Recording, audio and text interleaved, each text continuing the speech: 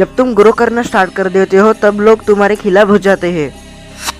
Human nature का दूसरा rule जान लो, लोग तुम्हें तब तक पसंद करते हैं जब तक तुम उनसे आगे नहीं जाते। जब तुम जीरो हो तब सब मोटिवेट करते हैं और जब तुम इम्प्रूव करते हो तो वही लोग साइलेंट हो जाते हैं। तुम्हारी ग्रोथ उन्हें उनकी वीकनेस याद दिलाती है, इसीलिए सपोर्ट कम और क्रिटिसिज्म ज्यादा हो जाता है। याद रखो, जेलसी नहीं इनसिक्योरिटी होती है। ग्रो क्वाइटली, रिजल्ट खुद बोलेंगे।